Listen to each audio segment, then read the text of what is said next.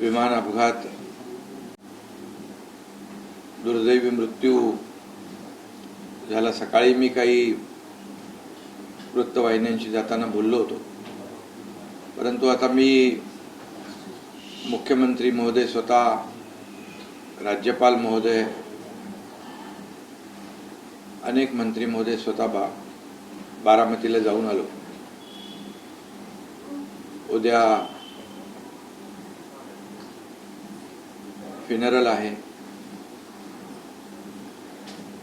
हजारो लाखो दादांचे चाहते त्या ठिकाणी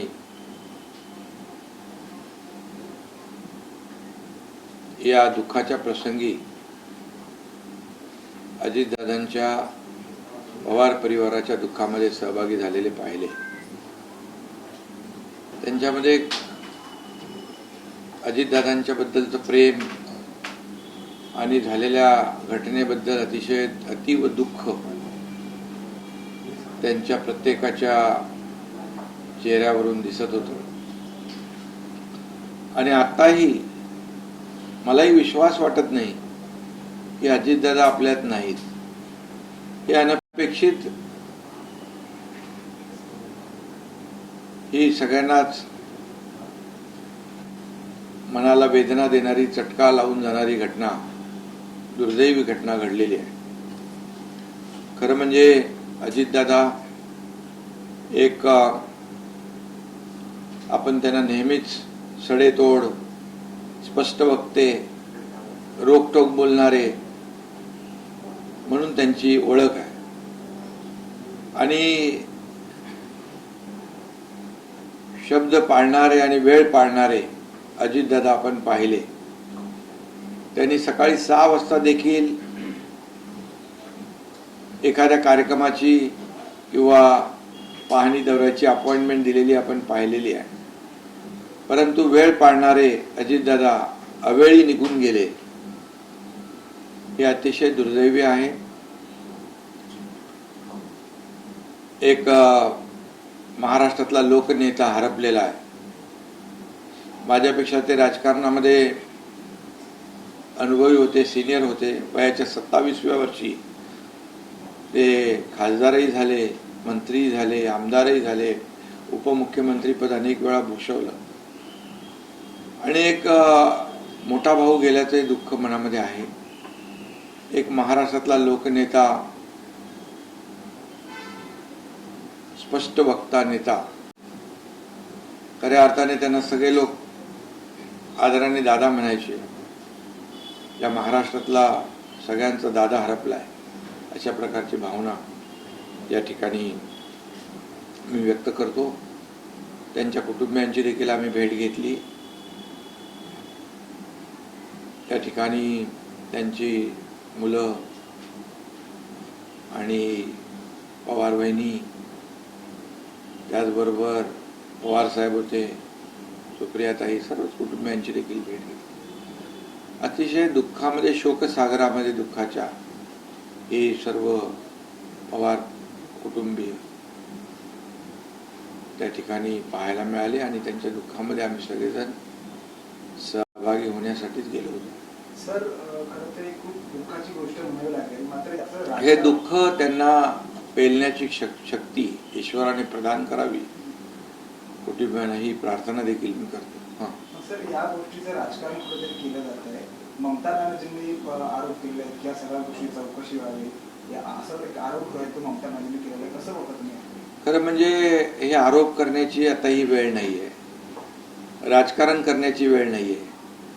यामध्ये या राज्यातले उपमुख्यमंत्री अपघातात त्यांचा मृत्यू झालेला आहे, दुर्दैवी मृत्यू झालेला आहे। आणि अशा वेळेस संपूर्ण महाराष्ट्र शोकसागरात, दुःखामध्ये बुडून गेलेला आहे। आणि अशा वेळेस राजकारण करणं हे अतिशय दुर्दैवी आहे।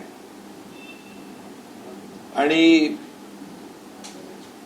म्हणून मी एवढंच सांगू इच्छितो की मगाशी शरद पवार साहेबांनी देखील या बाबतीमध्ये स्वतः स्टेटमेंट केलेलं आहे की हा अपघात आहे, कुठल्याही परिस्थितीचा या बाबतीमध्ये कुणी राजकारण करू नये आणि या घटनेचं राजकारण देखील कुणी करू नये. ही आपली संस्कृती महाराष्ट्राची नाही. त्यामुळे पवार साहेबांनी देखील त्याचं स्टेटमेंट त्यांचं दिलंय. मी देखील या ठिकाणी सांगतो की या घटनेचं राजकारण, दुर्दैवी राजकारण कुणी करू नये आणि जे अजितदादांचे कुटुंबीय आहे त्यांच्या दुःखावर फुंकर घालण्याचं काम केलं पाहिजे. परंतु अशा प्रसंगात राजकारण, दुर्दैवी राजकारण करणं हे खूप मोठं दुर्दैव आहे. सर, हिंदी में जानना चाहेंगे आपसे. आप बारामती गए थे, आपने अजितदादा पवार के परिजनों से आप मिले, क्या कुछ हुआ? ये सुबह जब जो दुर्भाग्यपूर्ण घटना जो मैंने सुनी तब मुझे भरोसा ही नहीं हुआ, विश्वास ही नहीं हुआ. अभी हम बारामती जाके आए. बारामती में अजीत दादा पवार जी के परिवार से सब मिले हम लोग. सभी परिवारजन बहुत ही काफ़ी दुखी कष्टी है. ये न सहने वाला दुख है और अभी मुझे भी भरोसा नहीं हो रहा है कि अभी भी अजीत दादा हमारे में नहीं है, क्योंकि एक दिलदार, स्पष्ट वक्ता, जो रोक टोक बोलने वाला, जो काम होने वाला उसको तुरंत करने वाला, जो नहीं होने वाला उसको ना बोलने वाला, ऐसा हमारा एक सहयोगी आज हमारे में नहीं रहा है. देवेंद्र जी हो, मैं हो, अजीत दादा हो, हमारी टीम बनकर हम काम कर रहे थे. उनके डिप्टी सीएम जब वो थे तब मैं मंत्रिमंडल में था. मैं मुख्यमंत्री था तब हमारे मंत्रिमंडल में वो डिप्टी सीएम थे. आज देवेंद्र जी सीएम है, हम लोग उनके मंत्रिमंडल में एज अ टीम बनकर काम कर रहे हैं. आदरणीय प्रधानमंत्री नरेंद्र मोदी जी के मार्गदर्शन में ये महाराष्ट्र को आगे बढ़ाने का काम हम साथ में मिलकर कर रहे थे. इसमें बहुत बड़ा योगदान हमारे अजीत दादा पवार जी का भी रह चुका है. जितनी भी योजनाएं हमने करी है तो उसमें हर एक विषय की जानकारी रखने वाले अजीत दादा फाइनेंस मिनिस्टर थे. कई योजना, लाडली बहनों जैसा योजना हमने की तो उससे भी खर्च का तालमेल बिठाने का काम अजीत दादा ने किया. और ऐसी परिस्थिति में उनका बड़ा योगदान इस महाराष्ट्र के विकास में रहा है. आज वो हमारे बीच नहीं रहे, ये हमारे लिए बहुत ही दुख की बात है. ये महाराष्ट्र पवार परिवार का ही नुकसान नहीं है, ये पूरे महाराष्ट्र को नुकसान है. और कई जो सेक्टर है, कई विभाग हमारे, उसकी पूरी जानकारी रखने वाले अजीत दादा बहुत ही अनुभवी नेता के रूप में काम कर रहे थे, डिप्टी सीएम के रूप में काम कर रहे थे. आज हमारा सरकार का भी काफी नुकसान है, हुआ है, महाराष्ट्र का भी काफी नुकसान जो कभी भी भर कर नहीं आ सकता. अभी उनके परिवार के दुख में हम लोग शामिल है.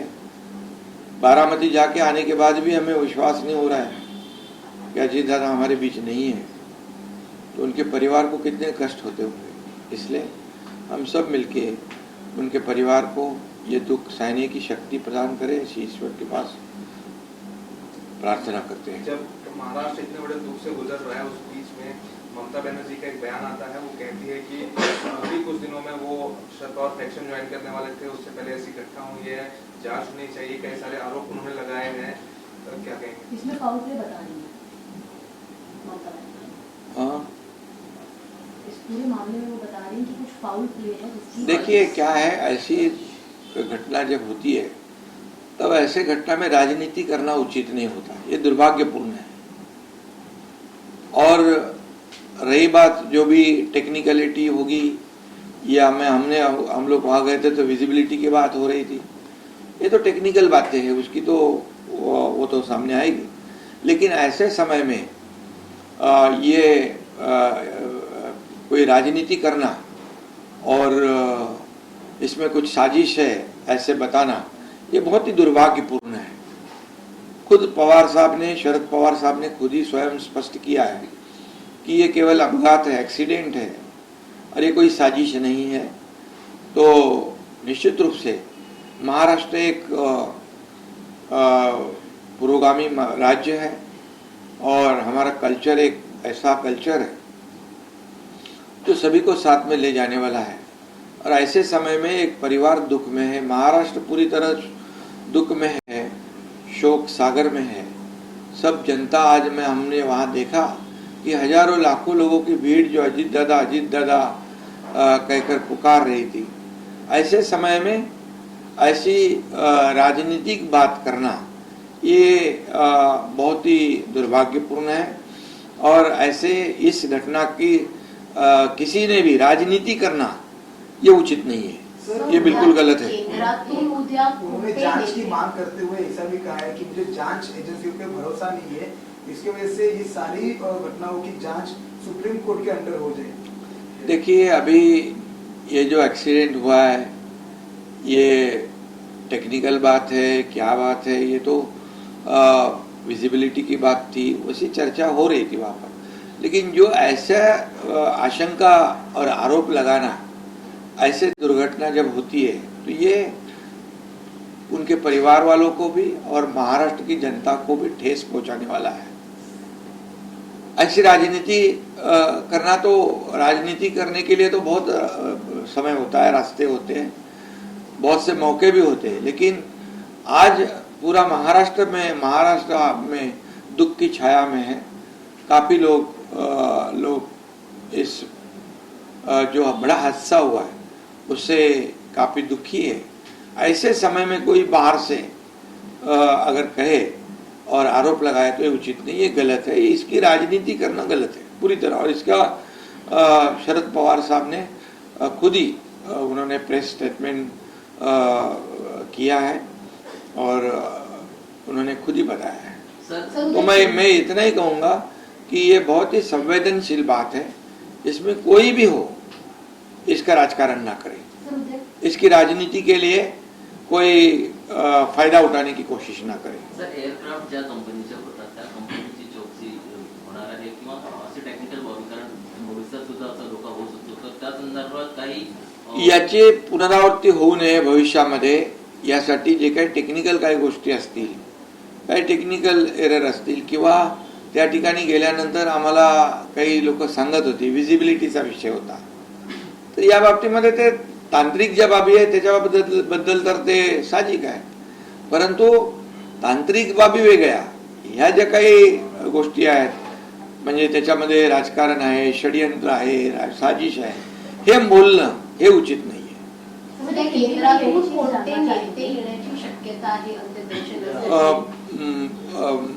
केंद्रातून गृहमंत्री अमित शाह साहेब येण्याची शक्यता आहे आणि कारण अजित पवार NDAचे आमचे घटक पक्षचे नेते होते आणि केंद्राचे मंत्री देखील आज आले होते, एव्हिएशन मिनिस्टर होते,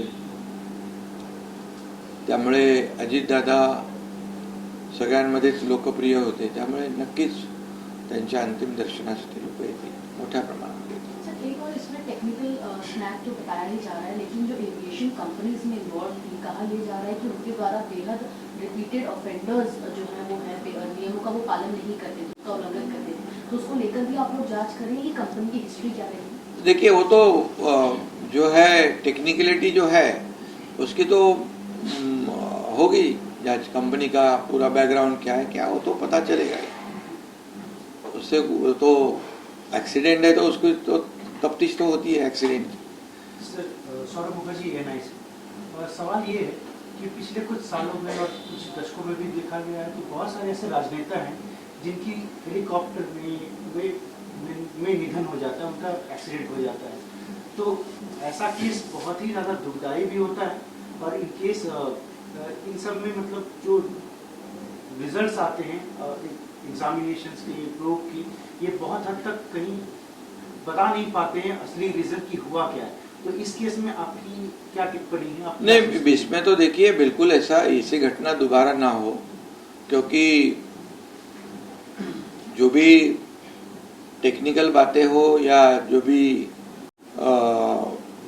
इसमें एक्सीडेंट होने के बाद एक्सीडेंट क्यों हुआ, कैसे हुआ, इसकी जांच तो होती है और निश्चित रूप से ऐसी घटना दोबारा ना हो ऐसी कोशिश हर एक एविएशन कंपनी जो है, एयरलाइंस है, सभी ने लेना चाहिए, प्रिकॉशन तो लेना चाहिए, क्योंकि ये बड़ा हादसा हुआ है। दरम्यानच्या काळामध्ये या अपघातामध्ये जो क्रू सहभागी होता, मग कॅप्टन असतील किंवा इतर जे सपोर्टिंग स्टाफ त्यांच्यामध्ये होते, ते तितकेसे कार्यक्षम नव्हते किंवा तेवढे वेल एक्सपिरियन्स नव्हते, अशा पद्धतीची सुद्धा एक चर्चा समोर येते आहे। त्याबद्दल सरकार काय भूमिका घेणार? केवळ अजित पवार नाही तर इतर 6 सदस्यांचे बरोबर आहे। प्राण्यामध्ये गेले। असे खरं म्हणजे 6 लोकांचे जीव गेलेले आहेत, हे अतिशय म्हणजे ही मोठी दुर्घटना आहे। अजितदादा तर त्याच्यात होतेच, परंतु इतरही लोक होते, त्यामुळे अशी चर्चा जी आहे या चर्चेचा तपशील जो आहे मी ऐकला आणि त्यामुळे अशा प्रकारची दुर्दैवी घटना घडू नये म्हणून प्रत्येक ज्या काही या कंपन्या एअरलाइन्स कंपन्या आहेत यांचं पूर्णपणे पार्श्वभूमी आणि ते सगळ्या ते जी काही यंत्रणा आहे ती त्यात तपासणारच, कारण याची पुन्हा पुनरावृत्ती होऊ नये। पण इतकंच आहे की या घटनेचं राजकारण करू नये अशा वेळेस, एवढी माझी सूचना होती। 2 गोष्टी आहेत। तर ममता बॅनर्जी यांनी देखील चौकशीची मागणी केलेली आहे। आपल्या राज्यातले एक ॲडव्होकेट आहेत नितीन सातपुते, यांनी देखील यामध्ये संशय व्यक्त केलेला आहे आणि त्यांनी देखील चौकशीची मागणी केलेली आहे। नाही बघा, आता अपघाताची चौकशी होतेच आहे, परंतु त्याचं राजकारण करणं हे दुर्दैवी आहे। घटना झाली हे तर दुर्दैवी आहेच, पण या घटनेचं राजकारण करणं त्याहीपेक्षा दुर्दैवी आहे। एक्सीडेंट हुआ है वो तो दुर्भाग्यपूर्ण है ही है, उसमें 6 जाने गई है, लेकिन इसका राजनीतिकरण करना ये उससे ज्यादा दुर्भाग्यपूर्ण है। और शरद पवार साहब ने अभी खुद ही मीडिया के सामने उनकी बातें रखी है, ये भी सबको पता है। इसलिए मैं इसका इतना ही कहूँगा कि इसका राजनीतिकरण ना हो, इसका राजनीतिक लाभ उठाने की कोशिश कोई ना करे, क्योंकि ये संवेदनशील घटना हुई है। यह महाराष्ट्र के लिए एक बहुत बड़ा एक आघात है, महाराष्ट्र के लिए बहुत बड़ा हादसा है, इसलिए ये हादसे के साथ कोई राजनीतिक खिलवाड़ ना करे। धन्यवाद।